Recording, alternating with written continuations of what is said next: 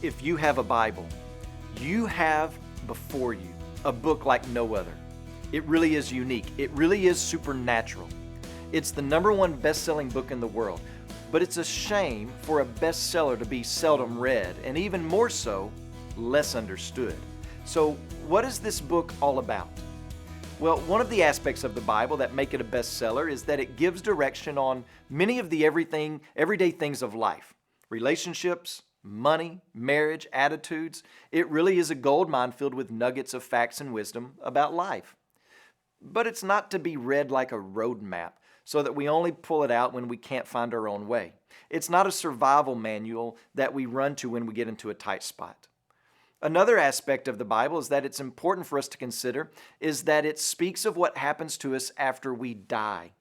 I don't know about you, but if there's something I need to be aware of when it comes to life after death, and if that something can be known, I would like to know it before I get there.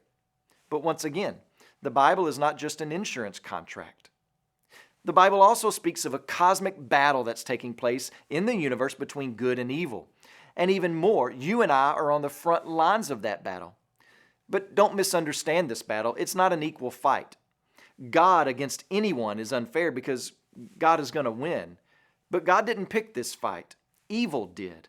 So God, being completely righteous and holy and just, is defending His glory and honor, and He will be victorious over Satan, sin, and death.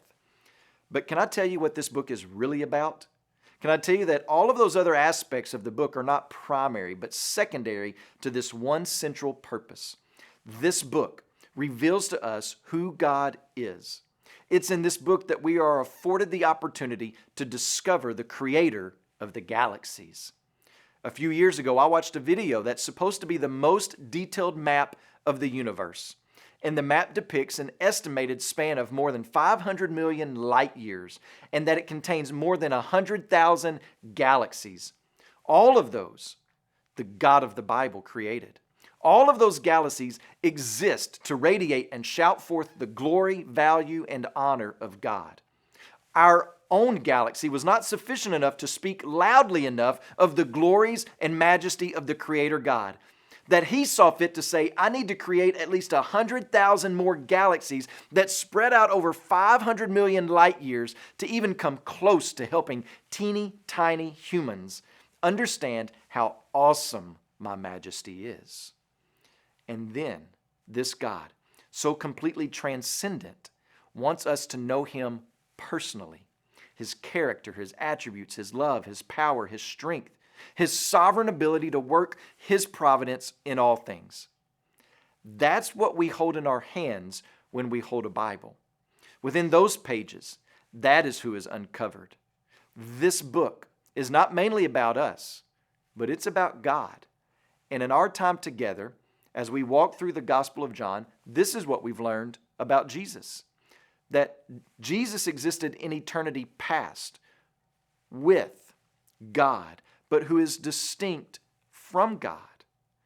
John tells us that all things, including the 100,000 galaxies, were made through Him.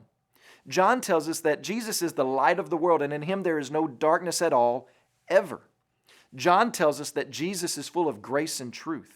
And John tells us that Jesus is the Lamb of God, the sacrifice who will take away the sins of people from every tribe, tongue, and nation, of whom, John tells us, will do many great things so that we can see His glory. And the greatest of which, of His glory, is to become a sacrifice for our sin and rise from the dead to prove His power over Satan, sin, and death, so that all believers can live in His freedom. When you pray today, please remember Angel Colon and his family, our missionaries in Louisiana. And also remember the Vi Life Word broadcast that's heard in Liberia and Sierra Leone.